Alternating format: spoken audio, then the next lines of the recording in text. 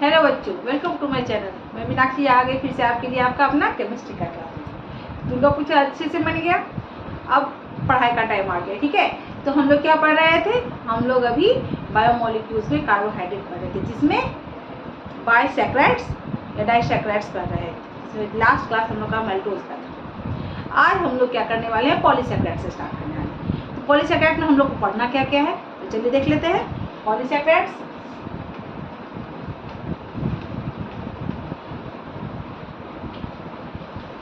Polysaccharides means ऐसे carbohydrate या ऐसे सैकराइड्स जिसे क्या किया जाए, जब उसको हाइड्रोलाइज करवाया जाएगा, उसका हाइड्रोलाइसिस करवाएंगे तो 2 more than 2 units of monosaccharides मिलेगा हम लोगों को। तो इसे पॉलीसैकराइड्स कहते हैं। इस पॉलीसैकराइड्स में हम लोगों को पढ़ना क्या क्या है? सबसे पहले पढ़ना है स्टार्च, दूसरा पढ़ना है सेल्यूलोज,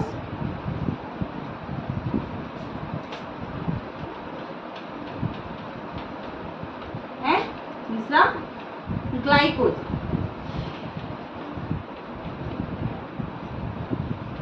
ये 3 हम लोग को पढ़ना है, और अगर आगे पढ़ना होगा सिलेबस में तो और देखेंगे। मेन 3। तो आज हम लोग क्या करने वाले हैं? आज हम लोग स्टार्च करने वाले हैं। क्या करने वाले बच्चों? स्टार्च करने वाले हैं। तो चलिए यहाँ से इसको हटा दें।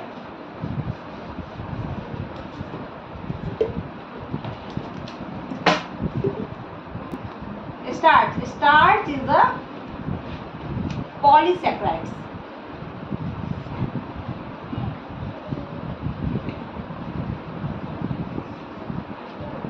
When we hydrolyzed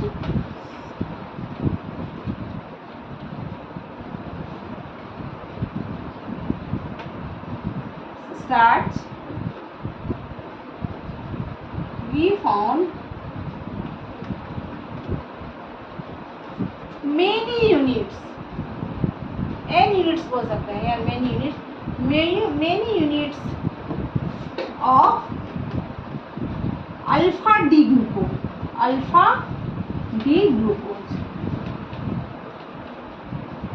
तो इसके क्या पता चलता है? ये जो स्टार्च है ओनली किससे मिलके बना हुआ है? अल्फा डी ग्लूकोज के बहुत सारी यूनिट से मिलके ये बना हुआ है। जब क्या करेंगे हम? स्टार्च को हाइड्रोलाइसिस करवाएंगे उसका, तो क्या मिलेगा हमको? क्या मिलने वाला है? बहुत सारा यूनिट किसका? अल्फा डी ग्लूकोज का। जब इसका कंडेंसेशन करवाएंगे तो वापस क्या मिल जाएगा हमको? स्टार्च मिल जाएगा, ठीक है। तो इसमें बहुत सारा। अब ये जो है, जब ये स्टार्च को स्ट्रक्चर के फॉर्मूला तो सबका एक है, लेकिन स्ट्रक्चर के बेसिस पे स्टार्च को 2 पार्ट में डिवाइड किया गया। कितने पार्ट में? 2 पार्ट में डिवाइड किया गया। On the basis of structure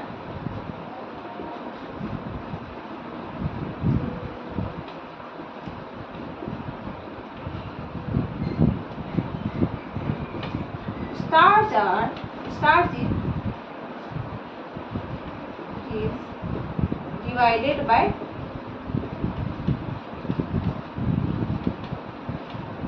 2 parts.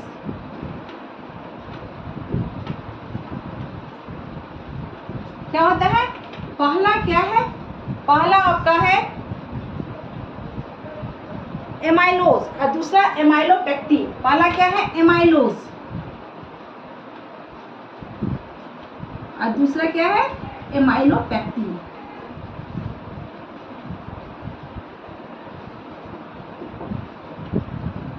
क्या बोले? स्टार्च को कितने पार्ट में डिवाइड किया गया है? On the basis of structure इसको 2 पार्ट में डिवाइड किया गया, एमाइलोज एंड एमाइलोपेक्टिन। अब इन दोनों में डिफरेंस क्या है? ये दोनों तो क्या है? Part of starch. अब इन दोनों में डिफरेंस क्या है वो देखना। ये दोनों पॉलीसैकराइड्स है, अब डिफरेंस क्या है वो पहले देख लेते हैं, ठीक है बच्चों। चलिए,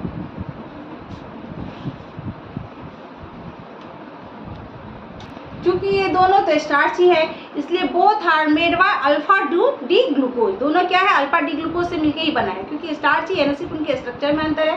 ये नोट कर लीजिएगा। क्या? बोथ आर विथ या मेड बाय लिखे अल्फा डी ग्लूकोज, ठीक। अब डिफरेंस बिटवीन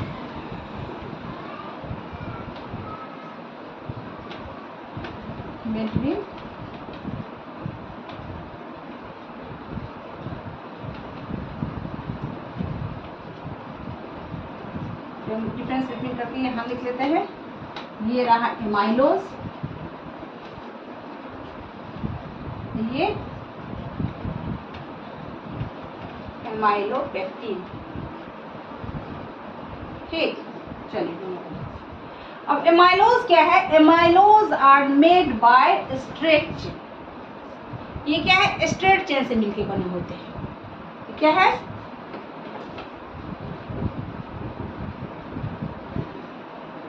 स्ट्रेट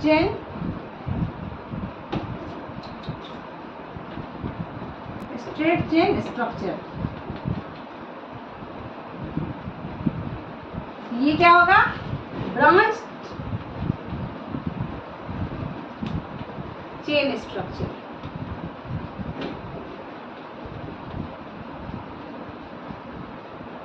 इसका ब्रांच चेन स्ट्रक्चर होता है। इसका क्या होता है? Straight chain structure. इसका ब्रांच चेन स्ट्रक्चर। इसका क्या होता है? देखिए,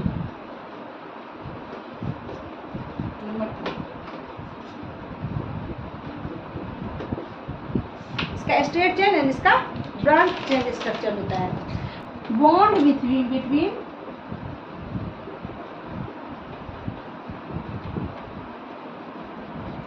C1 and C4 प्रेजेंट। इसमें C1 और C कार्बन नंबर 1 और कार्बन नंबर 4 के बीच बॉन्ड बनता है। और इसमें है bond present between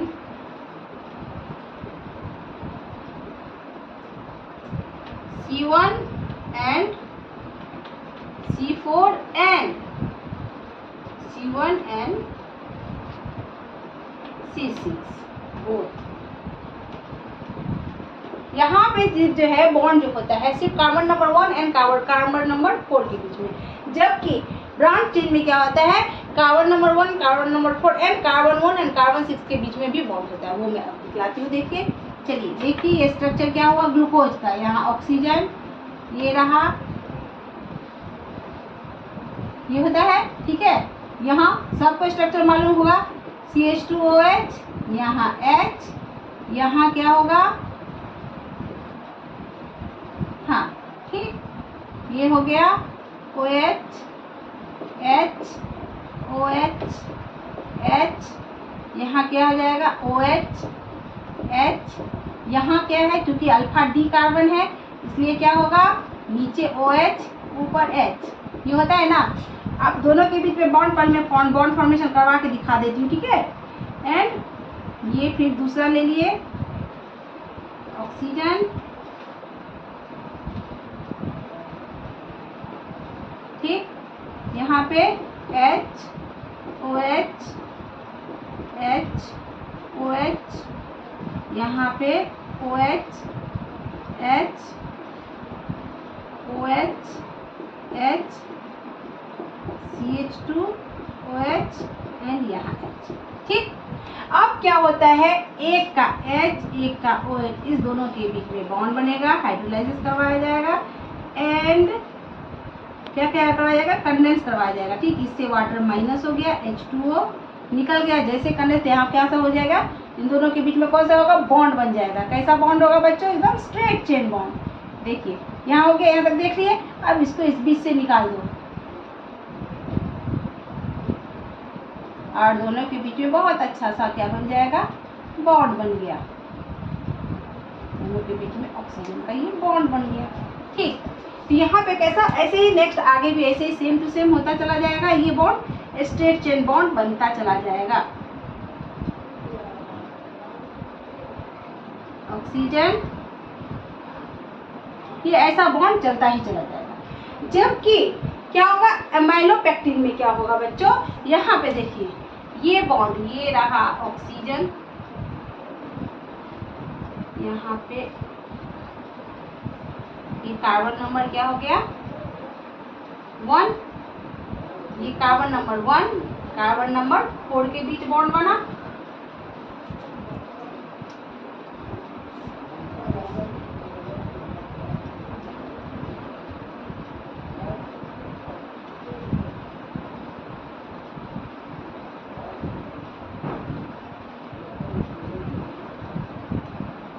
carbon 1 and carbon 4 के बीच बन गया बॉन्ड, ठीक है।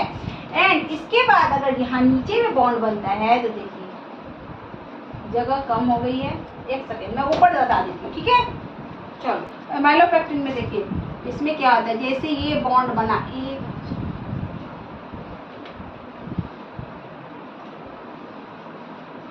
ये हो गया। अब फिर दोनों के बीच में ऑक्सीजन का बॉन्ड, ये तो मालूम ही कैसे है, मैं पहले भी बता चुकी हूँ। यहाँ ऑक्सीजन है, ठीक है।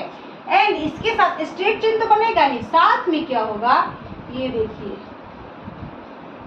ऑक्सीजन, ठीक। यहाँ क्या है CH2OH, ठीक। यहाँ पे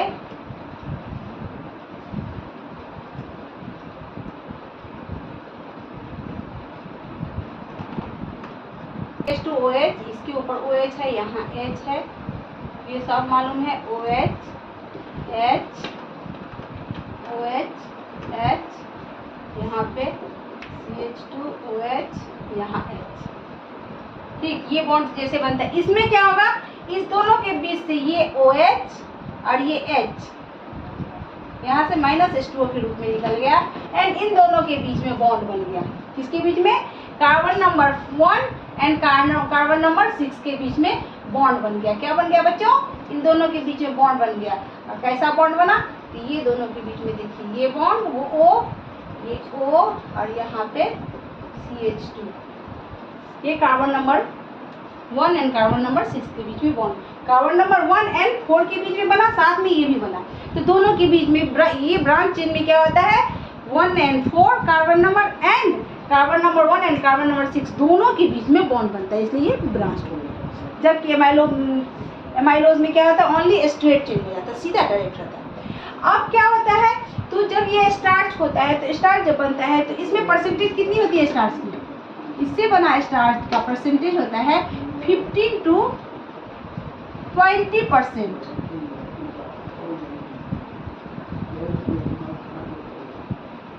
ऑफ स्टार्च। स्टार्च का 15 to 20% स्टार्च ही इससे बनता है, जबकि इसका कितना परसेंट होता है, 80 to 85% ऑफ स्टार्च। स्टार्च का 80 to 85% इसी से ब्रांच चेन से ही बनता है।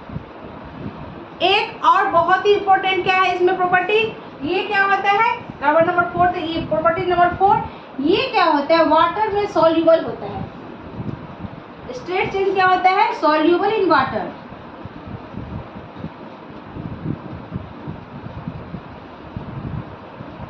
बट ये क्या होता है, चौथा number, insoluble in water.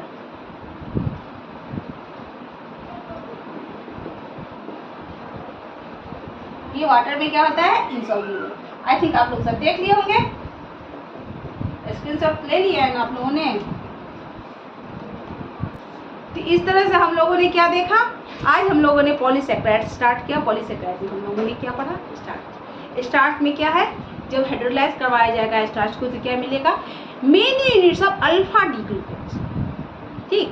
And जब क्या होगा, तो अल्फा डी ग्लूकोज से मिलकर बना होता है। अब जब स्टार्च को हम स्ट्रक्चर वाइज डिवाइड करेंगे तो 2 पार्ट में बनता है, डिवाइड होगा क्या, एक एमाइलोज एंड एक दूसरा क्या, एमाइलोपेक्टिन। एमाइलोज में क्या होगा बच्चों, ये स्ट्रेट चेन होता है, वो दोनों तो अल्फा डी ग्लूकोज से ही मिलकर बने होते हैं, लेकिन इसमें जो है ग्लूकोज, जो alpha D glucose straight chain में आपस में जुड़े रहते हैं। कैसे, ग्लाइकोसिडिक लिंक के द्वारा। ग्लाइकोसिडिक, इस लिंक को ग्लाइकोसिडिक लिंक कहते हैं ना, ये लिंक कौन सा है, ग्लाइकोसिडिक लिंक।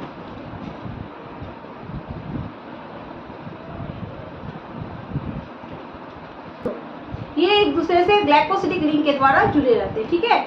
जबकि एमाइलोपेक्टिन में क्या होता है, ब्रांच में जुड़े रहते हैं।